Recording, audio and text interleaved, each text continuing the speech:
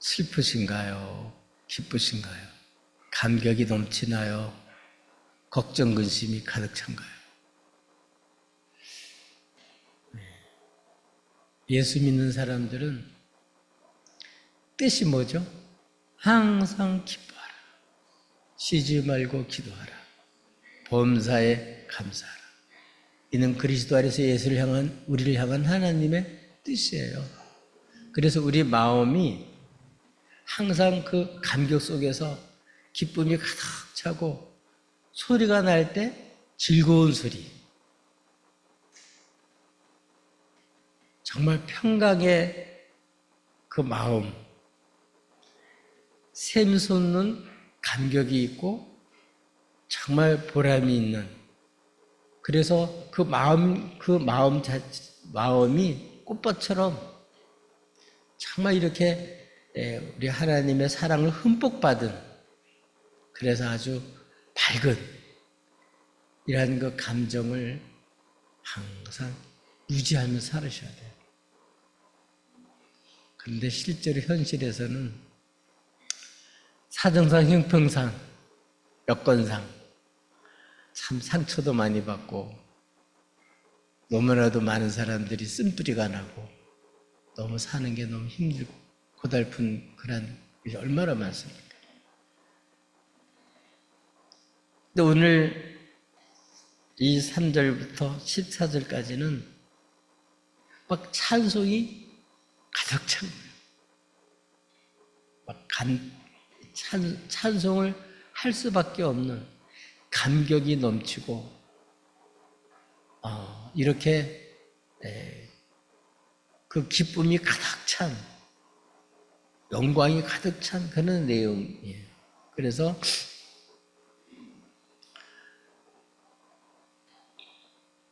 우리가 설거지하면서도 찬송이 나오고, 운전하면서도 콧노래가 나오고, 일을 하면서도 정말 그 속에서 이런 시와 찬미, 즐거운 노래가 있고, 만나면 그런 즐거운 소리, 기쁜 소리, 복된 소식, 아주 위로가 되고 힘이 되는 생명이 있는 그러한 소리. 아이들이 엄마 아빠 사랑받고서 제잘거리는 모습 보면 이게 집이 살아있구나 이런 걸 느끼잖아요. 예수의 피로 구속받은 주의 백성들이 정말 이렇게 새롭게 태어나서 이제는 지옥 생활이 아니고 천국 생활하는 거니까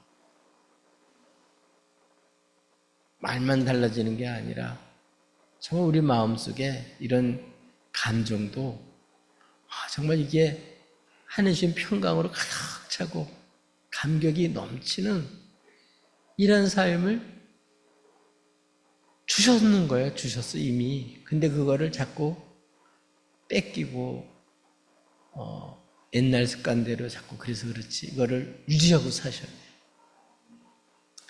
네, 그래서 여러분 늘 마음속에 항상 찬송, 시, 찬미, 즐거운 노래 이것이 가득하고 자꾸 이렇게 샘솟기를 주님 여러분 축복합니다.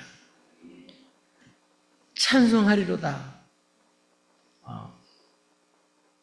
다른 말로 말하면 자기도 기쁘고 그래서 찬송할 수밖에 없는 놀라운 그런 신앙 고백이 여기에 나와 있는데, 그래서 우리 성도들이 찬양하며 살 수밖에 없는, 그래서 성도들이 마땅히 드려야 할 찬양, 그게 뭔지를 말씀해 주고 있어요.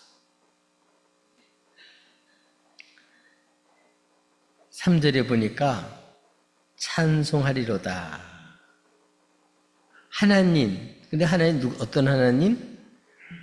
우리 주 예수 그리스도의 아버지. 누구?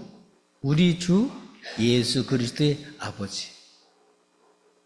그러니까 우리가 주님은 우리의 그리스도잖아요. 메시아잖아요. 우리의 주. 근데 우리 주의 아버지. 이거는 창세 전에, 우리가 이 땅에 태어나기도 전에 성부 하나님과 성자 하나님의 그 친밀한 그런 관계 속에 있는, 그래서 정말 주님이 누구라고요? 하나님께서 기뻐하시고 사랑하는 아들이죠. 독생자죠. 그래서 하나님, 곧 우리 그리스도의 아버지께서, 그리스도 우리 주 예수 그리스도의 아버지께서 그리스도 안에서, 어디 안에서? 그리스도 안에서 하늘의 신령한 그런 모든 신령한 복을 우리에게 이미 주셨어요. 남의 떡만 보고 배 아파하지 말고, 이렇게 하나님께서 우리에게, 내게 신령한 모든 복을 다 이미 주셨다니까요.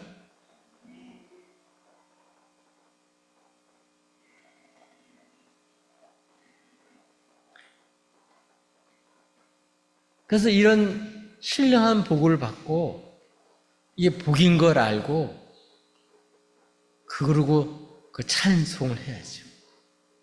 그래서 하나님께서 우리에게 신령한 그 주신 복이 뭐냐? 다른 말로 말하면 찬송할 수밖에 없는 그 이유가 뭐냐? 무엇을 우리가 찬양을 해야 되냐? 이런 내용들이 오늘 소개되고 있습니다. 그래서 우리 하나님 곧 우리 예수 그리스도의 아버지께서 예수 그리스도 안에서 신령한 모든 복을 주셨기 때문에, 그래서 뭐라고요? 찬양할 수밖에 없다. 찬양하며 살게 만들어 주셨다.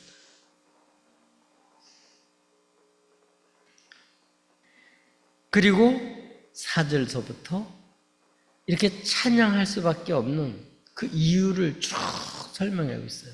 우리 여기 4절에서는 곧 이렇게만 되어 있지만 원에 보면 왜냐하면, 그래서 이제 그 우리가 찬양할 수밖에 없는 이유, 무엇을 찬양해야 되는지 그런 찬양하는 이유가 4절서부터 3쪽 14절까지 소개되고 있어요. 그럼 우리가 찬양해야 될 이유, 다른 말로 말하면 하나님께로 받은 신령한 복이 어떤 거냐? 4절서부터 6절까지 있는 내용이죠. 참 이게 놀라운 일입니다.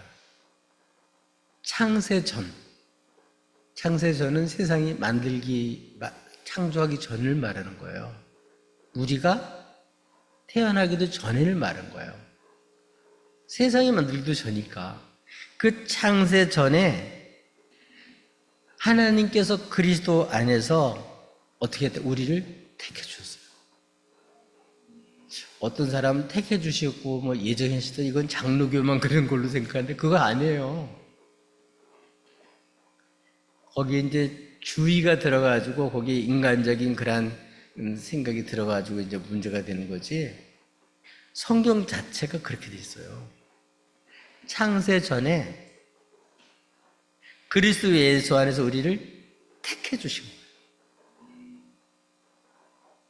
내가 일 잘하는 거 보고 11조 내는 거 보고 금식하는 거 보고 택한 게 아니라니까요. 이미 세상을 만들기도 전에 이미 하나님께서 예수 그리스도 안에서 우리를 선택해 주셨어요.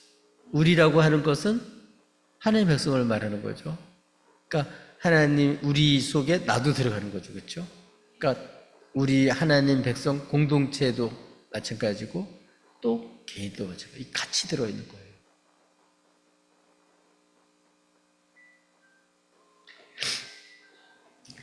이렇게 택하셔서 우리로 사랑 안에서 하나님 앞에 거룩하고 흠이 없게 하시려고.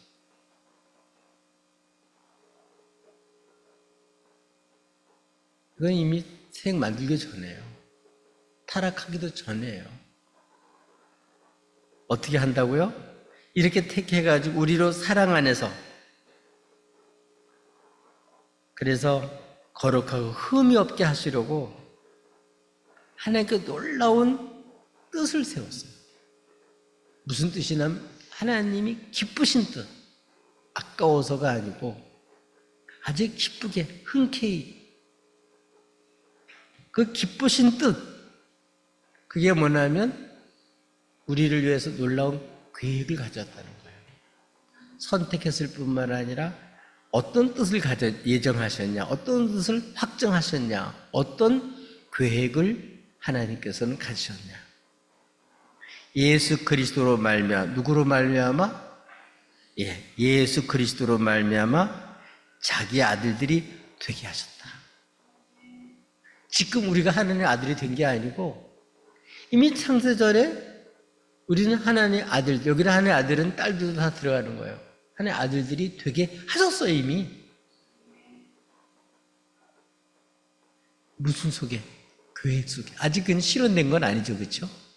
하나님이 이렇게 이미 우리를 선택하시고 그 기쁘신 뜻으로 하나님께서는 우리를 창세 전에 이미 자기 아들로 이미 그렇게 뜻을 세우셨어요. 계획을 그렇게 딱 가졌다는 거예요.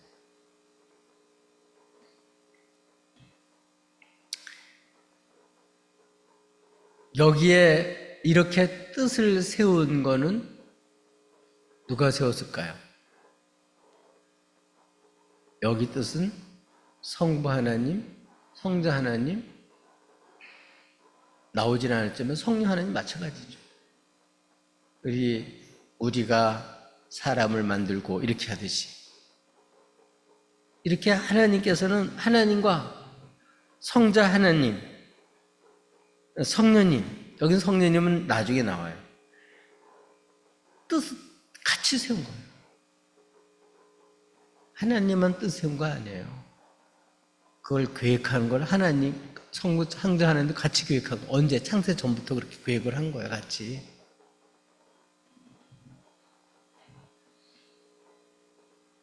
뭐 하려고? 예수 그리스도 안에서 예수 그리스도로 말미암아 하나님의 아들, 자기 아들들이 되게 하려고 아직의 뜻을, 계획을 세운 거예요. 이 계획을 우리들에게 선택하고 이런 뜻을 이미 가지고 세상을 만드셨다는 것을 알려줌으로써 6절에 그가 사랑하시는 자 안에서 우리에게 거두시는 바 그 은혜의 영광을 찬송하게 합니다.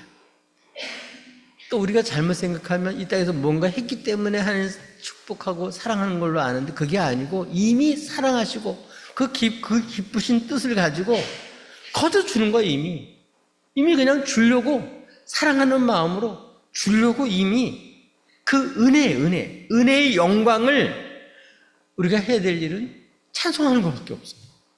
그렇게 하게 하려고 이미 우리를 선택하고 예정하셔서 하나님이 자기 아들들로 이미 이렇게 계획을 세우셨다.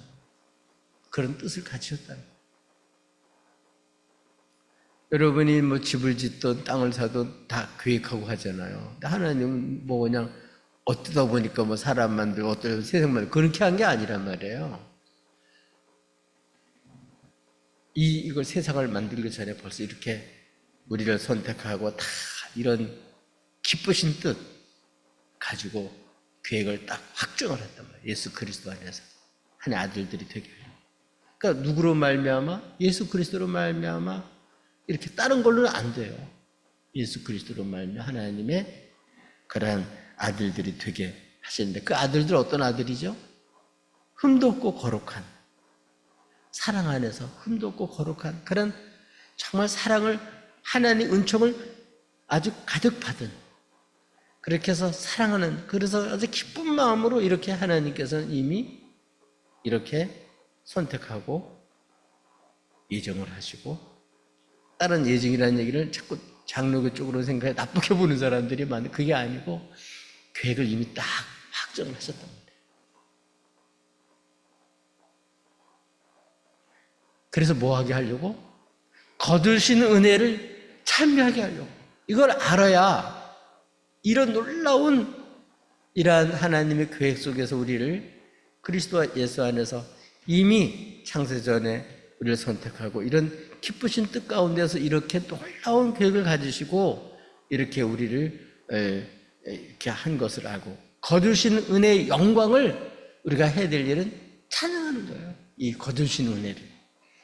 이걸 모르면 찬양이 잘 안 나와요. 잘못하면 뭐예요? 공로. 공로는 삭스를 말하는 거죠. 삭스는 안 주면 그런 주인이 나쁜 거예요. 난 이렇게 했는데 하나님이 안 주면 하나님 나쁜 하나님이죠. 그렇죠? 그런 삭이 아니에요. 우리가 사람이 하는 거는 삭은 죄의 싹인데 그거는 사망밖에 없어요. 우리의 공로는 결국은 죽는 것밖에, 사망밖에 없어요. 진노와 심판밖에 없어요. 우리. 그런데 이런 우리를 그리스도 안에서 선택하시고 그 깊으신 뜻으로 하나님이 흠없고 거룩한 사랑 안에서 아들로 이렇게 삼으신 그 이유, 삼으신 것을 알고서 이 거두신 은혜의 영광을 정말 찬양한 거죠. 이걸 알아야 찬양이 나오죠.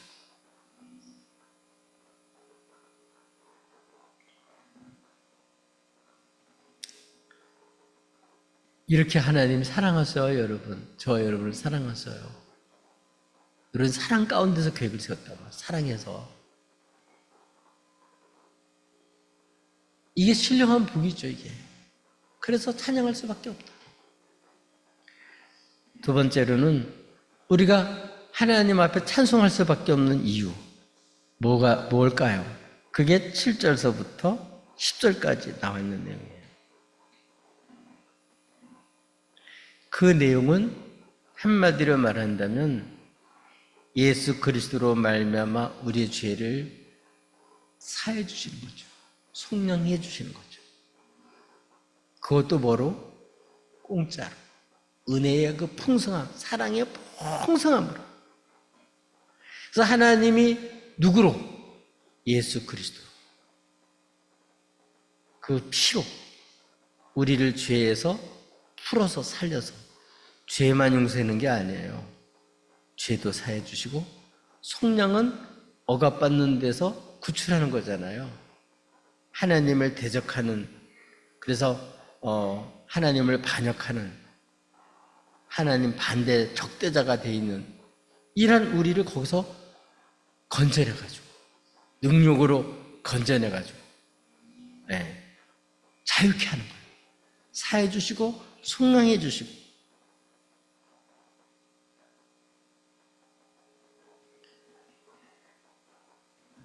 이렇게 우리를 그리스도로 말미암아 하나님께서 그 은혜의 풍성한 그 풍성함으로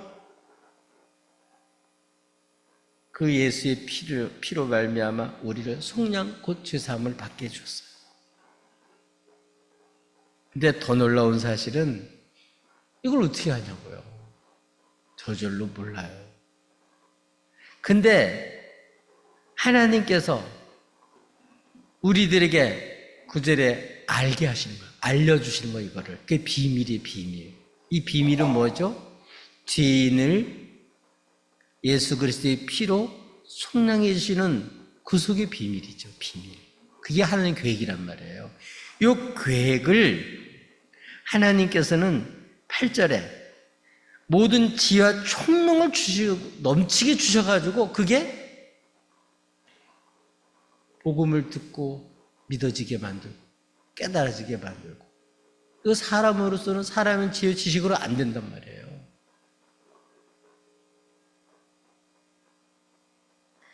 그런데 하나님께서는 이렇게 그 이런 놀라운 하나님의 계획, 하나님의 뜻, 이 놀라운 구속의 비밀을 우리에게 알리시는 거예요. 알리셔요. 어떻게? 여기 있는 것처럼 모든 지혜와 총명 우리에게 넘치게 주셔가지고 하나님 주시면 되는 거니까 넘치게 주셔가지고 이 비밀을 알리시는데, 그의 기뻐하심을 따라서 예수 그리스도 안에서 다 이렇게 때가 찬 경륜을 위해서 예정하신 거, 예정하는 거를 뭐라고요? 하나님 뜻을 이미 정하셨다는 그런 뜻이에요. 뜻을 정하셨다. 어떻게 해요? 속량의 예수 그리스도 속량해 주시려고 피로써 은혜의 풍성함으로 이렇게 속량해 주시려고 이런 딱 계획을 가지셨는데 정하셨는데 요거를 비밀을 알리시는 거예요. 그게 계시란 말이에요. 그래 알려주신다. 그렇게 해서 하늘에 있는 것, 땅에 있는 것 이런 얘기를 왜 할까요? 천사들도 타락하고 그렇죠? 땅에 있는 사람도 타락하고 죄로 인해서 이렇게 하나님을 거스르는 대적하는 이런 거지만 이런 죄도 크지만 악한 세력도 참 잔인하고 아주 그냥 거세지만 이 예수의 피로 모든 죄를 다 덮고도 씻기고도 갖고도 남는 거예요. 그러니까 그 풍성한 거죠. 은혜가 풍성한 거죠. 죄값 한 번 치르려면 큰 집이도 가야 되고 잘못하면 사형도 당하고 얼마나 무서워요. 근데 우리 하나님의 백성 전체의 그 죄를 다 씻기고도 나와 예수의 피가 영단번에. 아멘. 이게 은혜의 풍성함이에요. 그래서 하나님이 아주 기쁘신 뜻 가운데서 이렇게 딱 정하시고 요거를 알려주시는 거예요. 계시해 주시는 거예요. 우리에게 모든 총명과 지혜가 넘치게 주셔가지고. 그래서 누구든지 이 예수로 말미암아서 정말 이렇게 주라고 이 주님은 속죄도 해주시고 이 악한 세력에서 우리를 건지시고 악한 세력 건지는 것만 아니라 그분이 머리가 돼서 악한 세력도 전부 다 그 앞에 주라고 신할 수밖에 없어요. 결국 찬양해야 될 분이 누구예요? 그리스도죠.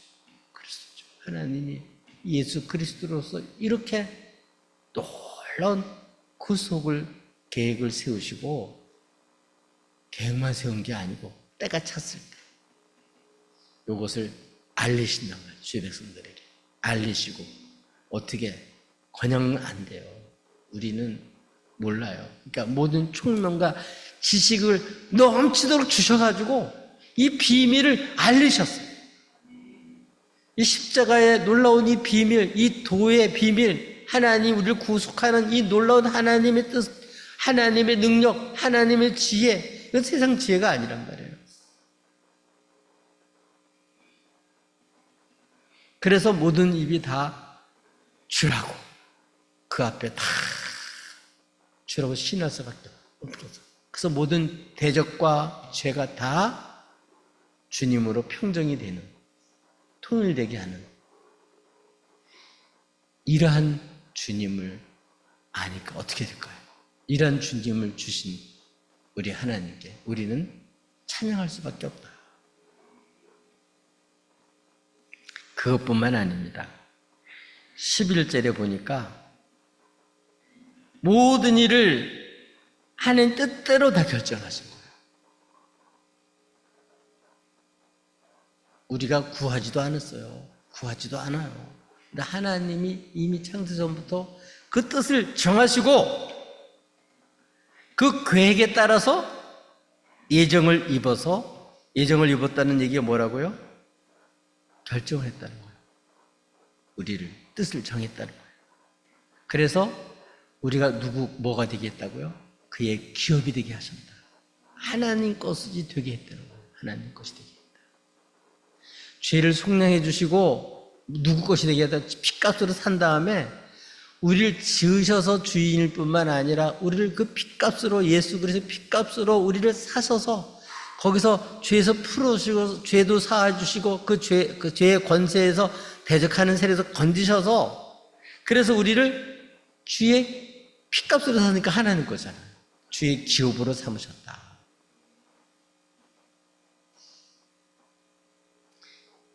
다른 말로 말하면 우리는 주님의 기업이에요.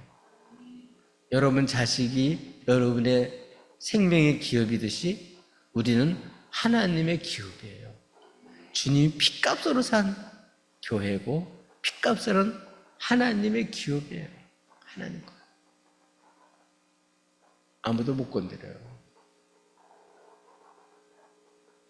원수가 아무리 강해도 소용없어요. 죄가 아무리 세도 죄의 것은 못 건드려요. 이렇게 우리가 예수 그리스도 안에서 속량해 주시고 그 풍성한 은혜로 우리를 대적하던 그 정말 무지막지한 이런 대적하는 우리를 그 풍성한 은혜 가운데서 사랑 가운데서 이제 우리를 죄것 삼으셔가지고 기업으로 만드셨다. 우리는 하나님의 작품이에요.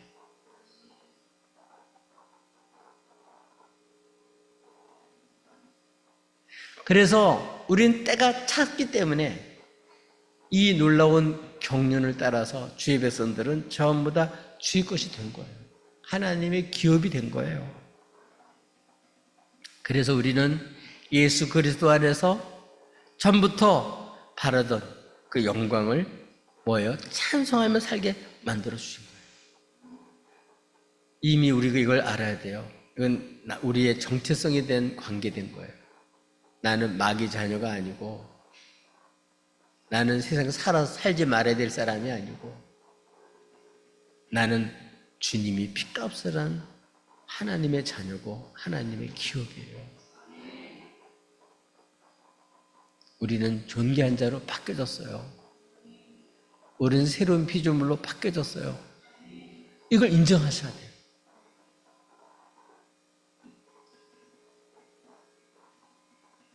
그래서 지금 우리는 이미 이렇게 나중에 나오겠습니다만 이렇게 주님 이런 계획 속에서 때가 찬 경륜을 따라서 이렇게 하나님은 영광, 이 은혜의 영광을 찬송하게 해요. 여기에 은혜의 영광은 아까 그냥 은혜만 주는 게 아니고 여기서는 우리를 그 하나님을 대적하는 이런 세력에서 건져서 다시는 이제 거기에 끌려가지 않을 수 있도록 이렇게 우리를 건져주신 거예요, 이미. 주님께서 이렇게 핏값으로 사서 주의 것 삼은 걸 믿으셔야 돼요. 내가 하나님 자녀가 되려고 노력한다고 자녀가 되는 게 아니에요. 주님의 핏값으로 이 예수 그리스도를 믿음으로 말미암아 우리가 하는 자녀가 되는 거예요. 그건 하나님이 우리 자녀로 삼아주지 않으면 이건 불가능한 일이에요. 이게 은혜란 말이에요. 그분의 권세고 그분의 능력이고 그분의 주권이란 말이에요, 이게. 그렇기 때문에 이제 우리들은 때가 찬 경륜을 통해서 이렇게 하나님 기업이 된 걸 믿으셔야 돼요. 근데 실제 현실에서 어때? 실제 현실에서는 하는 자녀답지 못한 일을 하잖아요. 죄도 짓고 못된 짓도 하고 싸움도 하고 술수도 쓰고 그래야 안 그래요? 그러면 나 이게 또 뭔가 그러잖아요. 그렇지만 이제 나중에 나와요. 그렇지만 이러한 의일지라도 나중에 나올 때는 성령을 보내셔가지고요 보증을 서주시고 이러한 우리들도 마침내는 영광스러운 하나의 아들로 다 완전한 그런 모습으로 바꿔 가시고요. 이걸 바라보고 사는 사람이 그리스도인들이에요. 이런 하나님 놀라운 경륜과 이런 하나님의 뜻을 이런 확신이 믿으셔야 돼요. 이렇게 해서 하나님을 찬양할 수 있고 그리스도를 찬양할 수밖에 없는 이런 은혜를 알면 어떻게 찬양 안 할 수가 있겠어요? 옆 사람을 보면서 자꾸 내 마음에 안 맞는다고 속상해하지 말고 하나님 작품을 하나님이 모든 총명과 지혜를 주신 그 지혜로 여러분 그걸 감상을 하셔야 돼요. 네, 자기도 그렇게 봐야 돼요. 그래서 그 다음 또 놀라운 하나님이 하셨어요. 이렇게 따뜻하게 이렇게 해놓으셨는데 이것뿐만 아니에요. 13절서부터 14절까지 있는 내용이에요. 이걸 어떻게 알게 하시냐? 이 비밀을 알게 하시는데 구체적으로 뭐냐? 13절에 예수 그리스도 안에서 이제 이걸 적응하는 거. 이거는 하나님께서 이제 하나님 백성들을 이제 창세 전에 이렇게 하나님께서 이렇게 선택하고 예정하시고 딱 이렇게 만들어 오셨단 말이에요. 그렇게 해서 우리를 이제 속량해 주시고 이렇게 하기로 정해진 거예요. 근데 이걸로만 되는 게 아니에요.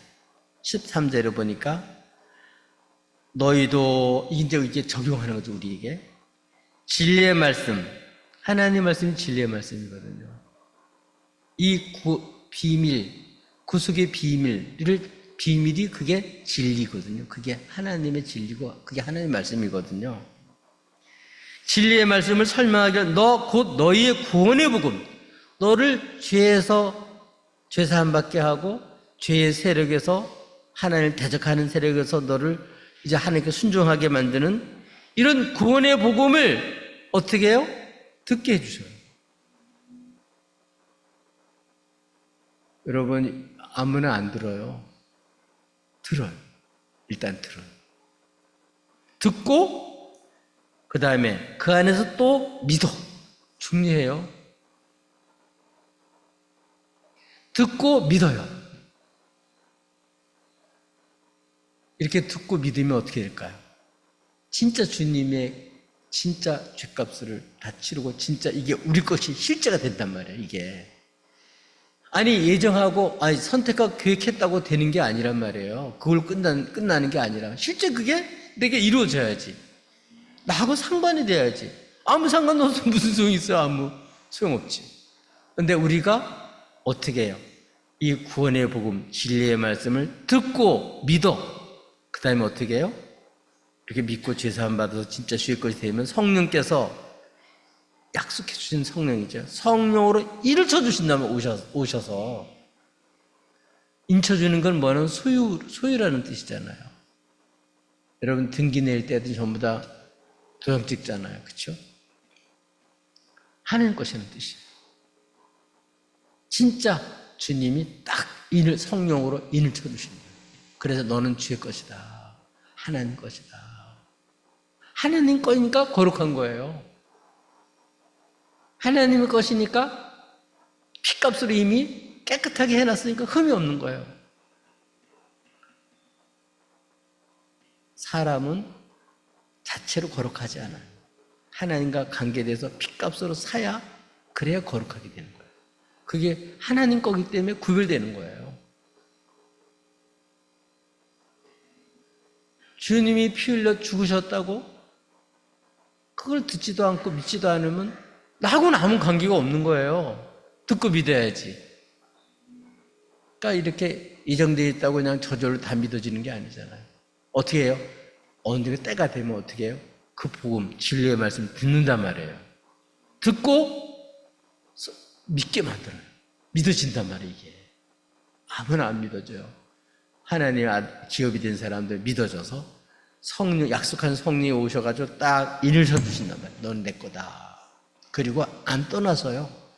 하늘에 갈 때까지 계셔요. 그리고 이 성령이 입만 쳐주시는 게 아니고 우리가 하나님 거잖아요. 그러면 어때요? 딱 계약을 하면 계약금 딱 물잖아요. 그렇죠? 그렇지 않으면 빚을 내면 보증을 서주잖아요. 이것처럼 성령님은 이미 이렇게 예수의 피로 다 정결하게 깨끗하게 놓으셨는데 그래서 예수를 듣고 진리의 말씀을 듣고 믿으면 어떻게 해요? 이런 사람은 이미 하나님 자녀가 됐고 이 사람은 구원받은 사람이거든요. 성령이 오셔서 오신 사람이니까 내주한 사람이니까 이분이 오셔서 안 떠나고 보증을 서주시고 우리가 좀 모자라면 그분이 담보가 되어주시는 거예요. 그래서 예수 그리스도 안에서 주님이 하신 것을 실제로 우리가 누리며 살 수 있게 만들어주시는 거예요. 그러니까 이미 이렇게 되어졌지만 우리가 넘어질 때도 있고 자빠질 때도 있고 남쪽에 먹을 때도 있고 못된 짓 할 때도 있고 있단 말이에요. 그러니까 그러면 어떻게 될까요? 너 하는 자냐? 아니요. 근데 이렇게 얘기하기 쉽잖아요. 모자라도 어떻게 이미 보증을 서주셨다니까요, 성령님이. 이미 담보를 충분히 주셨다니까요. 그 주님이 책임져 주시는 거예요. 성령님이 책임져 주시는 거예요. 그래서 언제까지? 주님 오실 때까지. 그때는 완벽히 영화로움을 바뀌어요.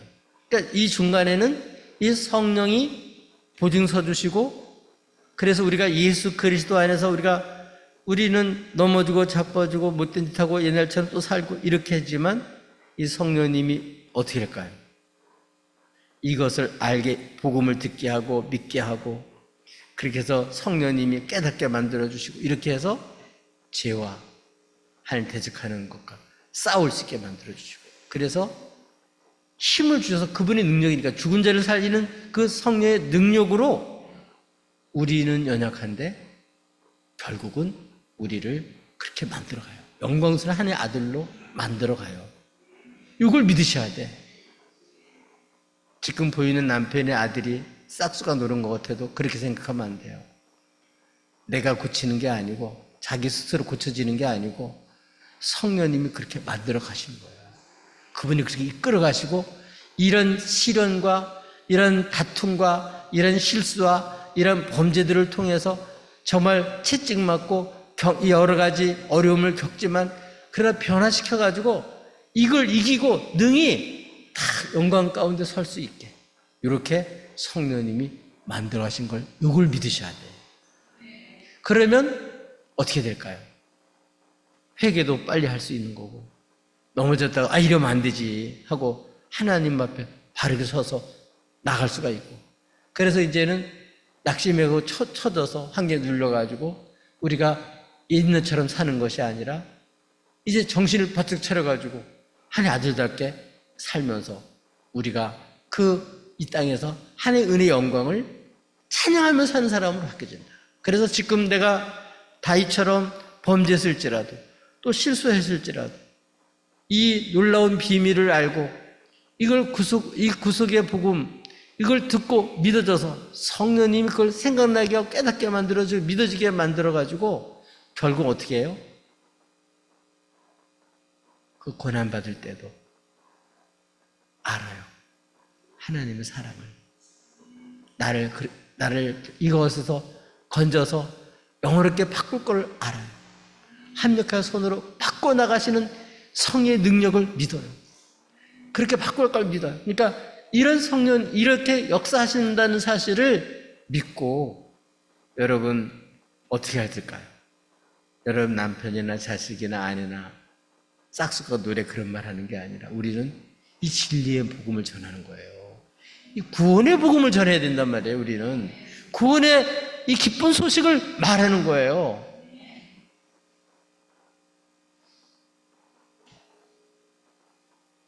성령님이 생각나게 하고 바라보게 만들고 누리게 만들고, 그래서 실제로도 우리가 신분만이 아니라 실제로 그렇게 주님이 만들어 주셔요. 우리를 연단을 시켜주셔요. 그래서 우리 성도들도 보면 많은 고난을 받잖아요. 그러면 벌써 성령님이 그 고난 받는 걸 통해서 하나님 연단시켜가지고 용광로에 들어갔다 나온 그러한 것들이 아주 순금이 되듯이 순도가 높아지듯이 겉으로까지 그렇게 값 있는 성도, 진짜 그리스도인의 모습이 점점 드러나게 되는 거예요. 이런 과정이 있다는 걸 알게 되면 낙심하지 않고 힘을 내서 나도 원해요 하고 더 의지하게 되고, 성령님 우리를 그렇게 만들어 가시는 걸 알게 되면 소망을 가지고 기쁜 소식을 가지고 우리가 그때마다 뭐예요? 찬양하는 거죠. 그 은혜의 영광을 찬양하는 거죠. 그래서 14절에 이는 우리의 기업의 보증이 되사 그 얻으신 것을 속량하시고 그 영광을 찬송하게 하려 합니다. 이걸 알 때 어떻게 돼요? 막 찬송이 나오는 거예요. 창피탈란하게 범죄하고 들켜가지고 창피탈란하지만 창피는 잠깐이고 그 다음에 책망받은 건 빛 가운데로 나갈 수가 있게 됐으니까 거기 더 이상 매이지 않고 이제 새 출발이 가능한 거죠. 더 그걸 통해서 더 주님을 의지하고 주님이 하신 일에 우리가 이걸 아니까 더 보잡해 나가게 되고 정말 생명력 있는 그런 살아있는 성도로서 살아갈 수 있게 되는 거예요. 그렇기 때문에 우리 하나님 앞에서 이 사도 바울은 이 놀라운 구속의 비밀을 알고 성령으로 말미암아 원래 바울이 예수 믿는 사람 핍박해로 갔던 사람 아니에요. 잡아서 가두려고 갔던 사람 아니에요. 근데 주님 만나가지고 이렇게 싹 변화가지고 이제 이 예수님을 전하는 사람 바뀌어졌잖아요. 그러니까 찬송하면서 기뻐하면서 이 주님을 즐거워하면서 그 풍성한 은혜 가운데 이렇게 하나님이 이렇게 하시는 일들을 아니까 저도 원해요 하고 정말 우리 예수 믿는 사람들이 정체성을 가지고 하나님의 기업으로서 살아가는 거죠. 여러분 얼마나 험한 일이 많고 우리 연약함이 얼마나 많고 해결할 문제들은 얼마나 크고 우리 능력은 얼마나 작아요. 참 우리가 그래서 상처받고 누릴 때가 얼마나 많아요. 자포자기하고 싶을 때가 얼마나 많냐고요. 여러분 보고 하나님이 싫어하고 버리고 선택하고 그런 거 아니에요.